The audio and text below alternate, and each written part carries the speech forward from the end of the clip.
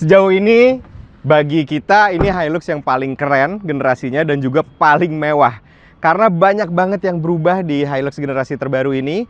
Walaupun chassisnya sebenarnya masih pakai platform yang sama, yaitu pakai platform IMV ya teman-teman.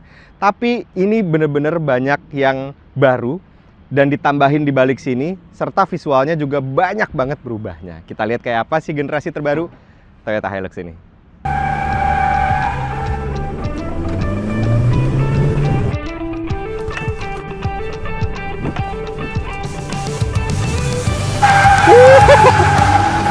Wih, gokil!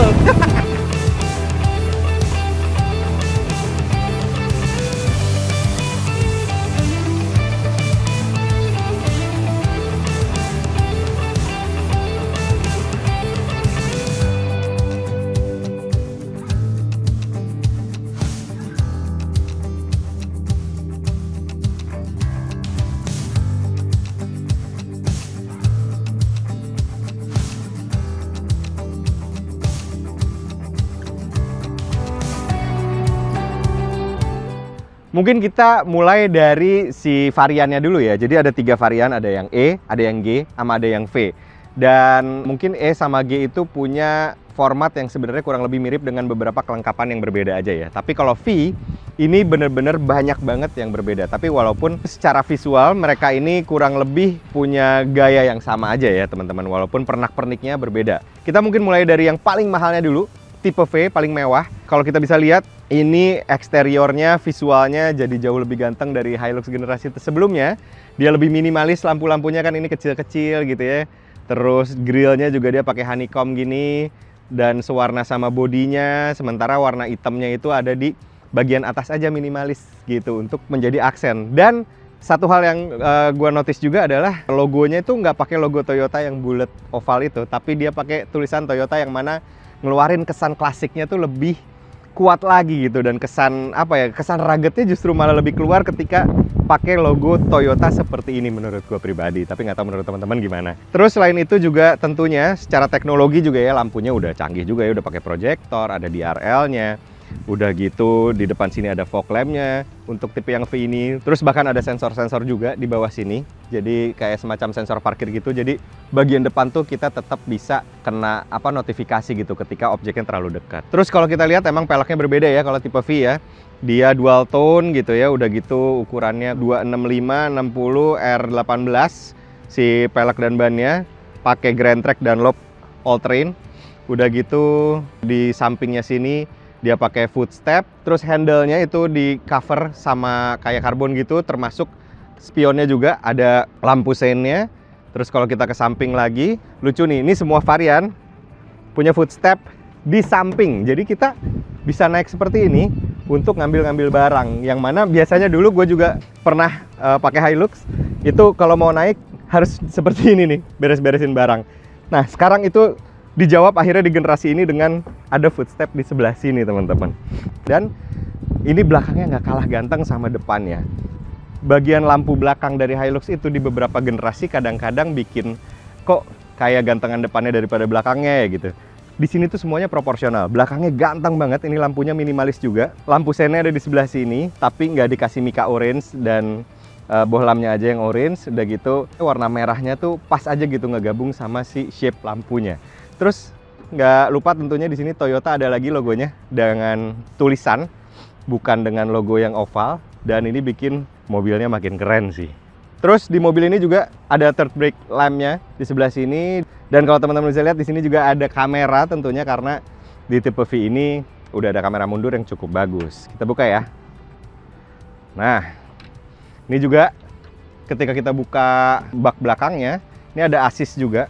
Jadi kalau kita lepas pun dia akan nahan seperti ini, tuh. Karena di sini ada assist untuk nahannya, ada hidrolisnya, nggak langsung ngejeblak gitu. Dan ini udah pakai bed liner tentunya. Dan si bed liner ini juga ada di tipe G ya teman-teman, nggak hanya di tipe V. Kita lihat dalamnya ya.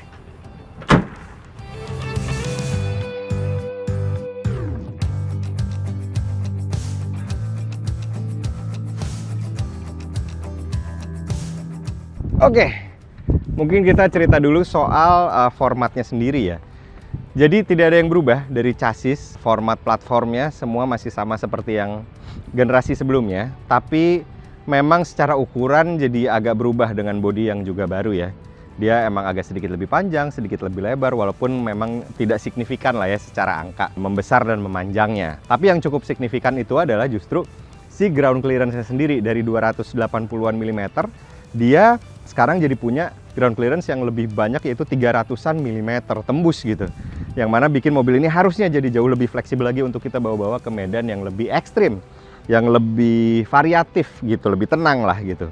Terus selain itu juga mesinnya, kalau dulu itu Hilux yang lama paling gede ya pakai 2 GD-FTV standar dieselnya.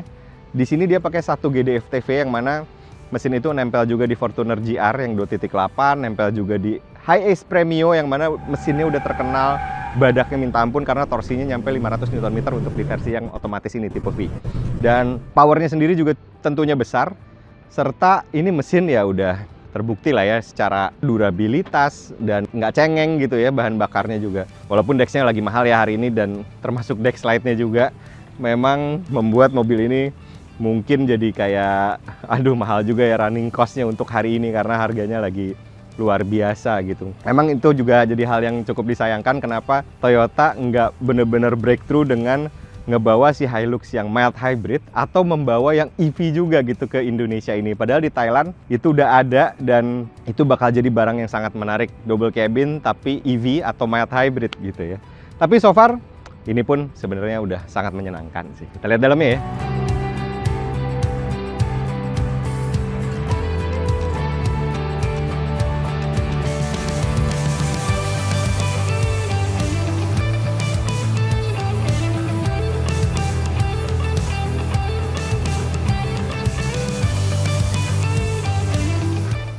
Sekarang kita lihat dulu si interiornya, karena di Hilux yang baru ini format dashboardnya, setirnya itu berubah total. Jadi ini gaya-gayanya tuh udah kayak gaya-gaya Toyota FJ ya. Interiornya tuh dengan setir yang kotak-kotak gitu, udah gitu bener-bener tegas gitu ya si kotak-kotak setirnya. Terus selain itu juga si head unitnya ini udah yang gede ya, ini di Hilux sih udah mewah ya. Untuk ada head unit sebesar ini dengan fungsi yang cukup banyak juga dengan Android Auto, Apple CarPlay dan kawan-kawannya itu. Terus dia juga kalau bisa kita lihat di sini ada kamera belakangnya untuk sebuah double cabin, ini udah cukup. Dan ini head unit yang cukup oke lah gitu ya untuk sebuah double cabin. Bagus malah gitu. Terus selain itu instrumennya juga udah full digital. Di sini malah kelihatan apa ya, modern banget lah ya si Hilux ini tuh. Dengan beberapa informasi yang ditampilkan di kiri, tengah, dan kanan masing-masing itu bisa kita setup berbeda informasinya, dari mulai average kilometer per liternya, udah gitu trip meter dan kawan-kawan. Jadi semua di display di instrumen cluster ini. Ini udah lebih dari ekspektasi sebuah Hilux sih. Terus selain itu juga kalau kita lihat di sini semua pengoperasian untuk 4x4-nya itu via tombol ya. Jadi nggak ada tuas-tuas kecil itu lagi.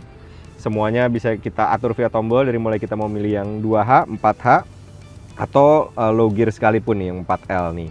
Kita cukup dari pemindahan tombol di sebelah sini aja. Dan sangat-sangat mudah gitu pengoperasiannya. Ini kalau misalnya mau ke 4L kita push baru ke bawah. Ntar dia baru aktif gitu. Terus kalau kita balikin gini, kedua hal lagi.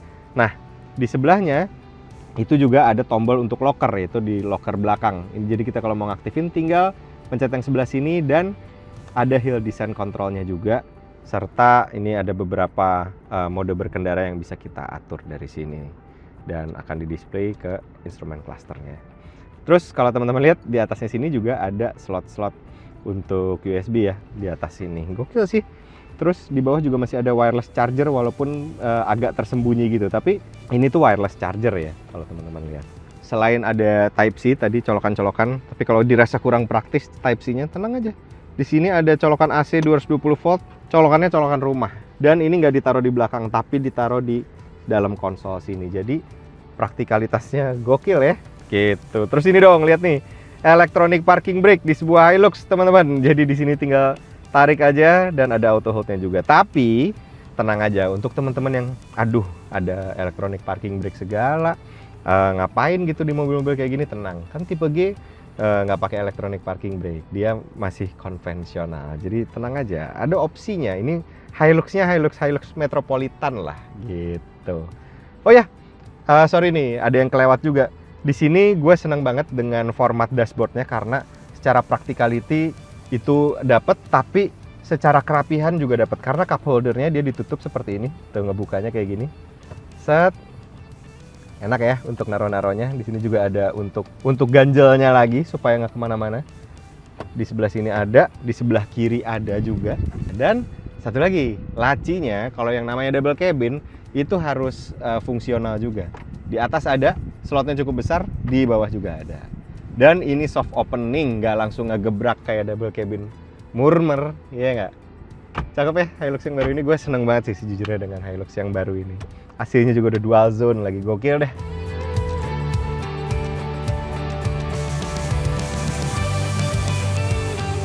Kita langsung cobain aja dulu ya si Hilux yang paling mewah ini, tipe V. Dia ada tilt sama teleskopik nih ya settingannya. Terus udah pakai electronic parking brake segala, ada auto hold-nya. Ini sejauh ini Hilux yang paling mewah yang pernah ada sih teman-teman. Kita coba rasanya kayak apa ya. Karena sebenarnya ini mesinnya baru, walaupun platformnya ini sama-sama platform EMV. Dan kurang lebih sebenarnya konstruksinya tidak banyak berubah gitu. Tapi mesinnya pakai 1 GD 2800 cc yang ada di Fortuner juga tuh. Ini anyway juga mobil yang satu ini tuh dia pakai electronic power steering, khusus yang tipe V aja. Jadi ini juga pertama kalinya Toyota masukin electronic power steering di chassis yang leather frame gitu. Jadi ini feedback setirnya itu enteng sih jadinya gitu. Bener-bener kerasa kita tuh dapat assist gitu ya secara elektronik untuk muterin si setirnya ini nanti. Nih ya, kita pindahin. Di sini ada mode sportnya. Kita gaspol si Hilux tipe V ini 2800 cc. Oh ya, layan sih nariknya, buset. Nah, kita gas lagi. Ini slalom test.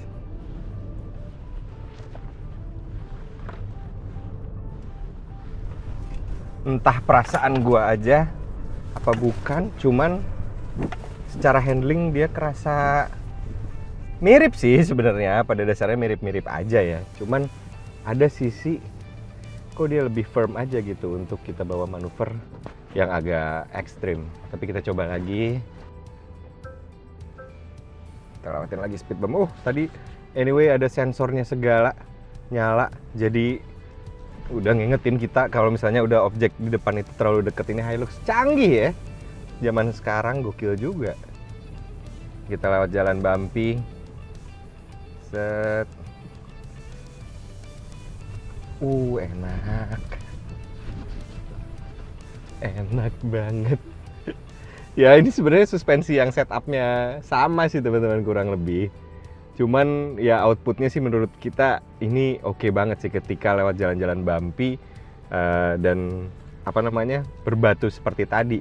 Cuman sebenarnya balik lagi mungkin tadi udah kita bahas, ini tuh ground clearance-nya naik dari 280-an mm jadi 300-an mm, yang mana kenaikan itu tuh cukup signifikan juga dan bikin kita makin fleksibel untuk lewat jalan-jalan yang lebih ekstrim lah gitu. Ini kita pengen coba akselerasi sekali lagi ya. Kita pindahin lagi ke sport. Kita tahan remnya. 1, 2.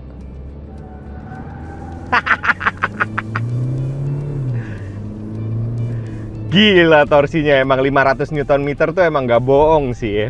Emang besar, apalagi ini pantatnya kan nggak ada apa-apa ya. Kalau Fortuner itu kan masih ada bangku, ada bodi. Nah di Hilux ini jauh lebih enteng, akhirnya akselerasinya ya otomatis lebih gokil lagi gitu ya. Walaupun memang kalau yang di versi G itu torsinya tidak sebesar di versi transmisi otomatis ini. Mungkin karena rasio gear dan lainnya kali ya gitu.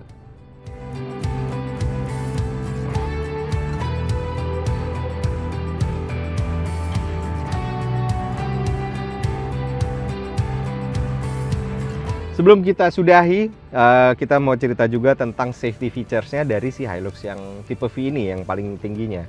Satu dari yang paling basic dulu, secara jumlah airbag untuk mobil dengan kabin sekecil ini itu banyak teman-teman. Jadi ada 2 di sini, 2 SRS airbag, ada juga di sebelah sini, 2 lagi, dan di belakang ada lagi 2 lagi. Jadi total di sini ada 6 airbag yang akan ngembang kalau amit-amit mobilnya nabrak. Yang kedua, di sebuah Hilux lagi-lagi dia udah lengkap TSS-nya. Jadi TSS-nya dia tuh udah yang cukup canggih karena tadi gue nyobain, dia akan ngerem otomatis di depan, dia juga akan ngerem otomatis di belakang kalau kita nggak ada ancang-ancang rem kalau andai ada objek di paling belakang. Dan tadi dia bisa ngerem otomatis dengan sangat-sangat responsif lah gitu untuk kita supaya aman nggak nabrak. Terus tentunya udah ada adaptive cruise control juga, udah ada pengaturan jaraknya juga. Jadi lane centeringnya juga udah ada di sini. Jadi untuk sebuah Hilux ini di dalam kota dan kita pakai keluar kota yang aspal, ini mobil pasti masih enak banget gitu loh. Jadi udah sangat-sangat terpenuhi semuanya gitu dari segi kenyamanan-kenyamanan yang lebih yang tadinya nggak ada di double cabin, bahkan di Hilux sebelumnya juga nggak ada, sekarang jadi ada. Udah gitu, pengaturan-pengaturan duduknya juga cukup seru karena dia udah pakai electric seat di sisi drivernya. Bisa naik turun, baik belakangnya maupun depannya ini bisa naik turun. Recline-nya tentunya ya pakai electric seat juga, dan dia punya setelan tilt sama telescopic steering.